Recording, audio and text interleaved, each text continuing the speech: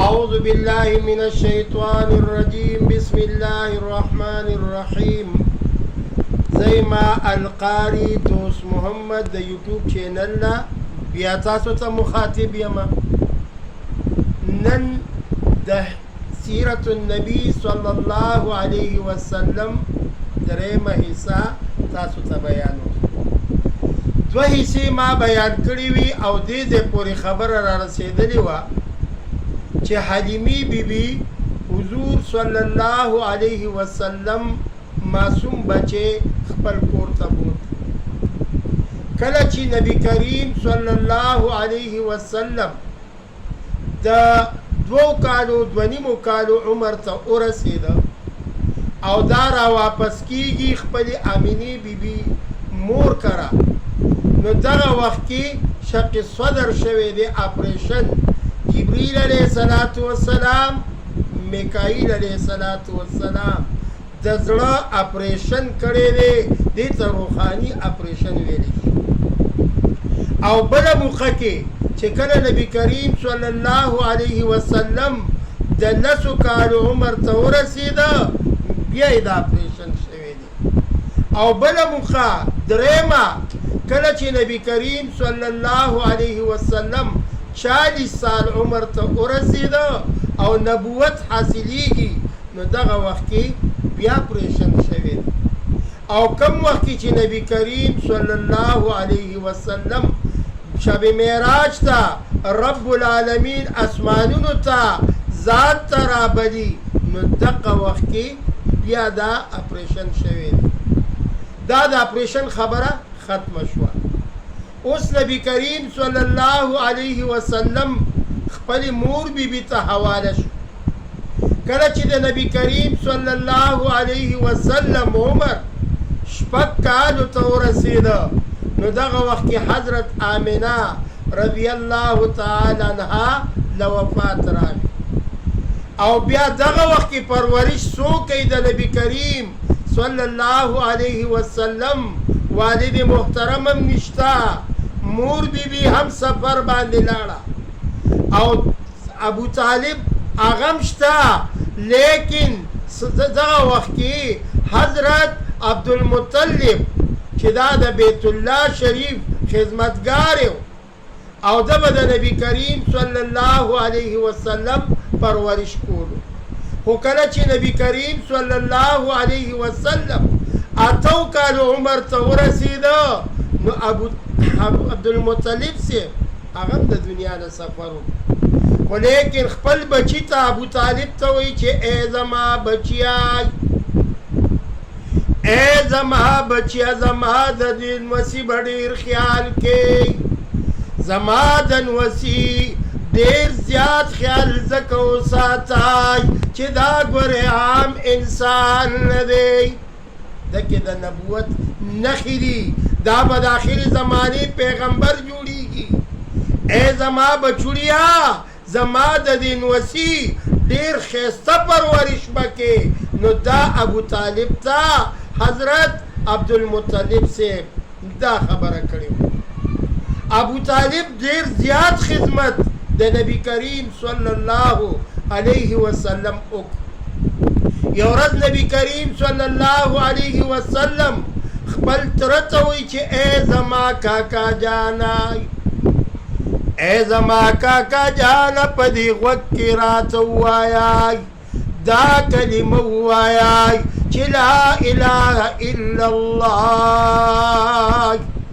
تره ورته وایي ای زما وراره ښه دې پېژنم چې د آخرې زمانې پیغمبري لیکن ما پسې به د عربو جنکۍ په خندا شي چې ابو طالب ته وګوره خپل دین یې پرېښودلو ما پورې به داسې نه د مکې د ښار جنکۍ هغې به وخاندي نو دغه وخت کې ابو طالب صاحب د نبی کریم صلی الله علیه وسلم ډېر زیات پرورش کله چې ابو طالب صاحب هم لاړه د دنیا نه نو نبی کریم صلی الله علیه وسلم خدمت څوک کوي رب العالمین د هغې د خدمت دپاره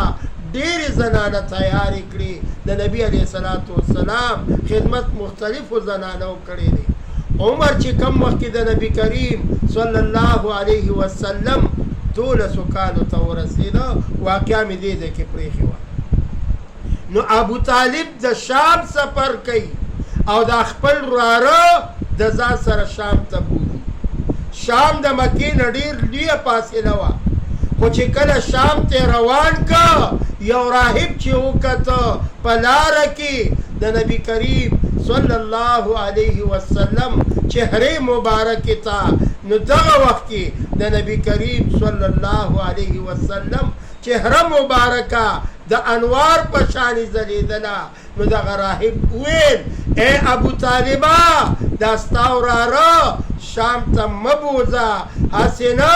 هلته یهودیان دي او ستا دا وراره کې نښې د نبوت پرتې دي، هسې نه چې دی درته خراب کړي. نو شام ته لا نړه ابو طالب خپل وراره واپس راوست. نبی کریم صلی الله علیه وسلم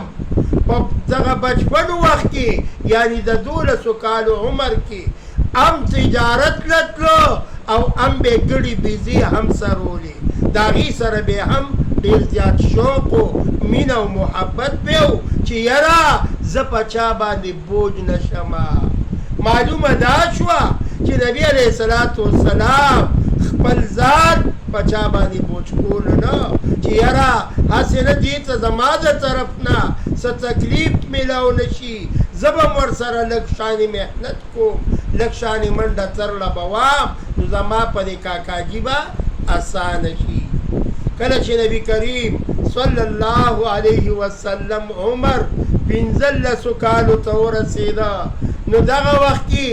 ابو طالب سره بیا په سفر باندې روان دی، دویم کرت سفر کوي. عرض مې دا کولو چې حضور صلی الله علیه وسلم باندې ډېرې زیاتې سختې تېرې شوي دي. په یو روایت کې دا راځي چې نبی کریم صلی الله علیه وسلم با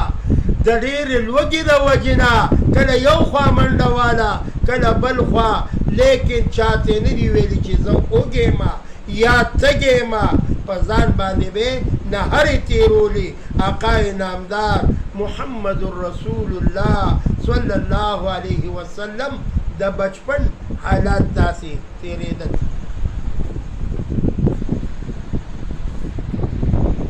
کله چې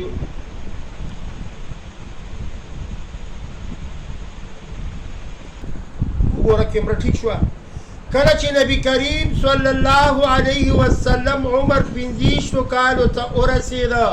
دویم سفر کوي. حضرت خدیجة الکبرا رضی الله تعالی عنها په دغه مکه کې ډېر مالدار ترین انسانو، یعنی رب العالمین ول ډېر مال حال ورکړی و، او چې کله سفر کوي نبی علیه الصلاة والسلام ته ټول مال حال حواله کوي. وجه سوا نبی کریم صلی الله علیه وسلم په دوو خبرو باندې مشهورو چې یو نمبر 1 امینو صادقو، رب العالمین ورلا پویم ورکړی وه. نو مال تجارت هغه د حضرت خدیجة الکبرا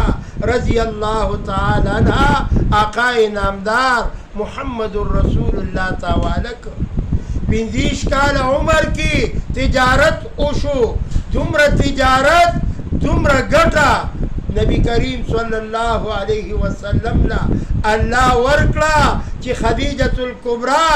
رضی الله تعالی عنها فرمایي چې ما داسې تجارت پهل ځل وکړه او نبی علیه الصلاة والسلام مبارک سره د خدیجة الکبرا یو وینځه یو غلام هغه ورسره و. نبی علیه الصلاة والسلام سره چې یاره ته دې سره شه د ده خدمت په لار کې هغه خدیجة الکبرا رضی الله تعالی عنها ته فرمایي چې ما د آقای نامدار محمد رسول الله صلی الله علیه وسلم سفر ته حیران شو.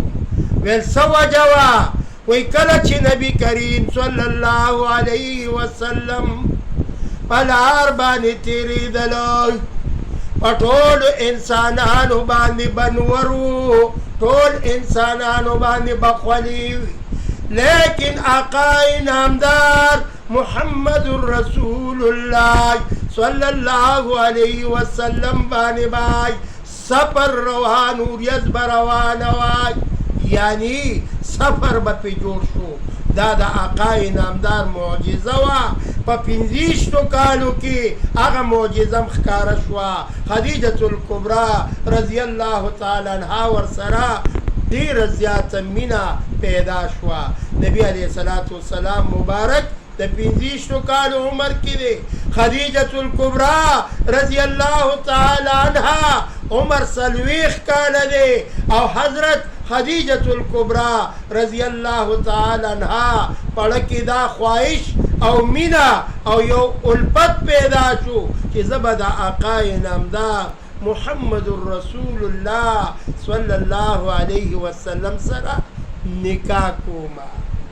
نو دغه واقعه ما تاسو ته دې ځای پورې راورسوله. انشاءالله هغې نه بعد به نکاح کېږي د خدیجة الکبرا سره.